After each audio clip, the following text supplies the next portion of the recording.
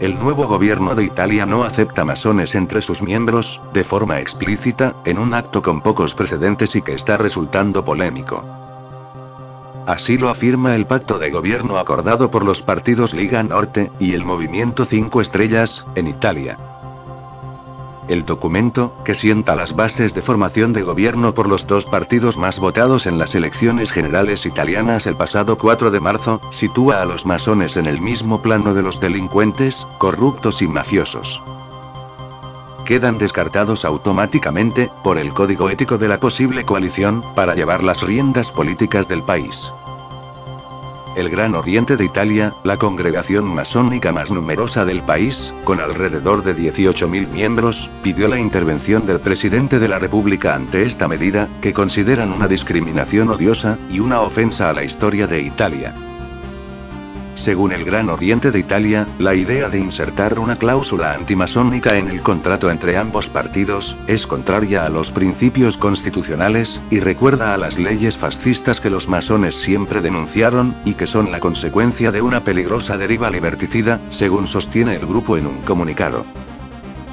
¿A qué se debe la inclusión de la masonería en el código ético de la posible coalición, como una de las razones que invalidan a cualquier posible miembro del gobierno? Una de las razones, hay que buscarla en la historia reciente italiana, en uno de los escándalos más graves de las últimas décadas, el de la Logia P2 o Propaganda Due, en 1981. La Logia P2, fue una especie de logia masónica descrita normalmente como desviada, según afirma Marco Pasi, profesor asociado de Historia de la Filosofía Hermética, en la Universidad de Ámsterdam, y experto en relaciones entre grupos esotéricos y política. Fue un gran escándalo cuando se descubrió que en esta logia había muchas personas que estaban en altas posiciones en política, en el ejército, en los medios de comunicación. El grupo tenía unos intereses políticos, una agenda para transformar las instituciones italianas. La Logia P2 se fundó en 1945, pero fue expulsada del principal grupo masónico italiano, el Gran Oriente de Italia, en 1976. Desde entonces, siguió operando de forma clandestina, con el objetivo de reconducir la política italiana a posiciones mucho más conservadoras. El artículo 38 de la Constitución italiana prohíbe la existencia de sociedades secretas, por lo que las actividades de P2 se encontraban fuera de la ley. En 17 de marzo de 1981, en el marco de la investigación sobre la quiebra del Banco Ambrosiano, participado por el Vaticano, se encontró una lista en la casa de Lito Gelli, gran maestre de la logia secreta.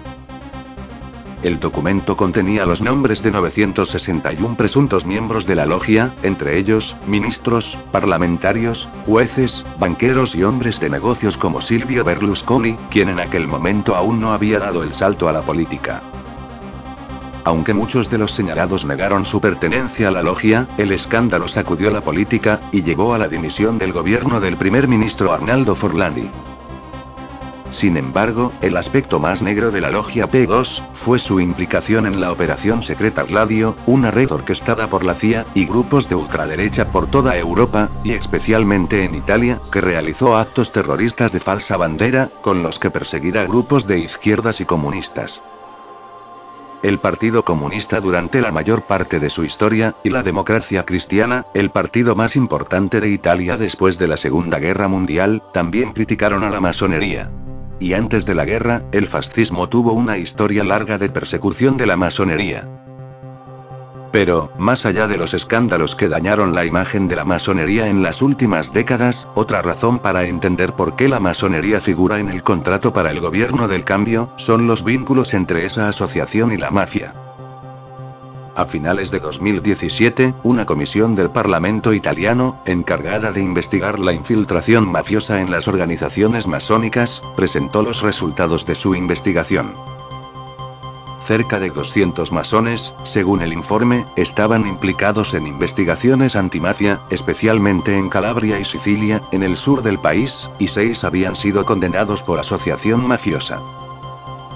La Comisión Antimafia también señaló que los mafiosos utilizan reuniones secretas de las logias para hacer negocios, y establecer contactos con políticos y empresarios, y denunció la falta de transparencia de estas organizaciones que, según datos de la investigación, tienen cerca de 3.000 miembros, cuya identidad se desconoce. Frente a estas acusaciones, desde las organizaciones masónicas se alegó que esos casos individuales únicamente representan una minoría dentro de los miles de miembros de la masonería y se aseguró que es injusto acusar al colectivo en su conjunto. El experto Marco Pasi, de hecho, afirma que la mafia no solo se infiltra en la masonería, sino en todas las capas de la sociedad, incluidas las instituciones públicas. En este contexto, la masonería es solo parte de una imagen más amplia.